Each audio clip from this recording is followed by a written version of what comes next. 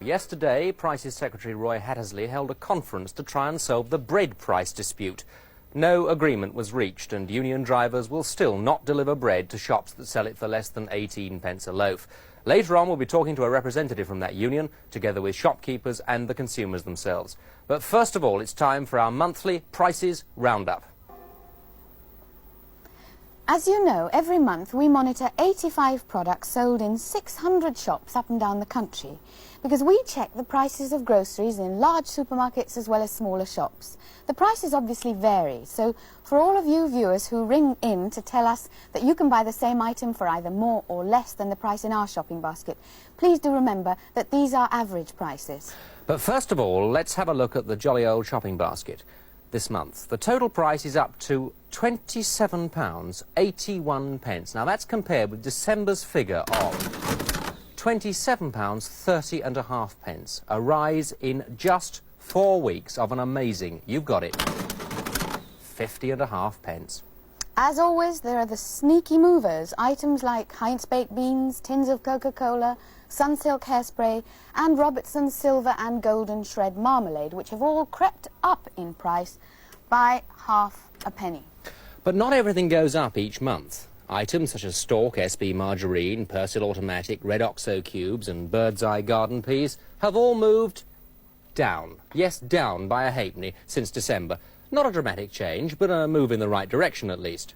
One price change that intrigued me was for chilled English pork loin chops, which have gone up by 3 pence, from 81½p in December to 84½p now. Whereas own brand Best Back rashers of bacon have come down 5½p from £1.04 to 98½p. Both pork chops and bacon rashers come from the same source, so why does one cost more and the other less? There's almost always a seasonal increase in pork prices at Christmas time because the demand goes up, on top of which the Scottish meat industry closed down for a week at the beginning of the new year, so pork supplies were down and prices for pork chops went up. What about the bacon rashers then? Well, the prices were so high that people stopped eating bacon, so there was a lot of it about. And seeing this, the Danish bacon companies lowered their wholesale prices a week or two ago in an effort to get us to eat more bacon, which is nice, because if we can keep the pressure up, then we'll all be able to afford a bacon and egg breakfast again one day. But it's not all good news, not for dogs anyway.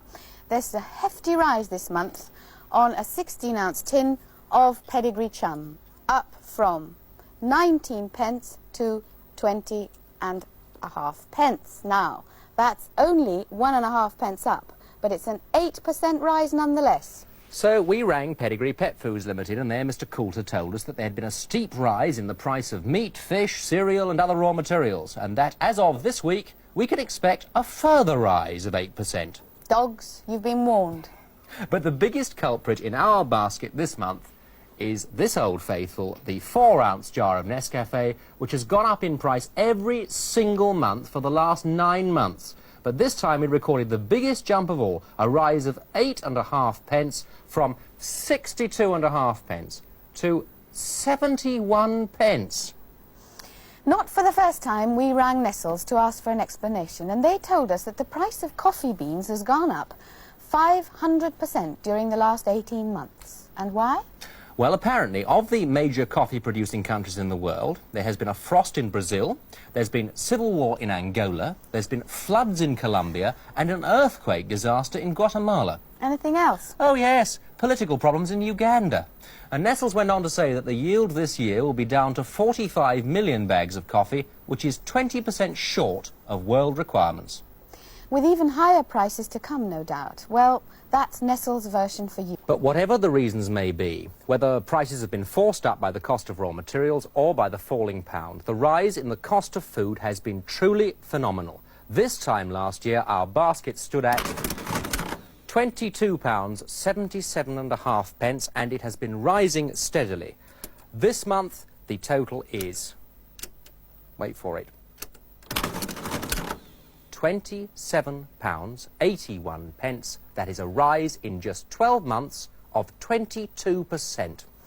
And it's not only our basket. In Parliament last week, the Prices Minister admitted that between January 1973 and October 1976, food prices in Britain went up by a staggering 103%, which means that prices have literally doubled in 3.5 years. So what we want to know is just what is Roy Hattersley doing?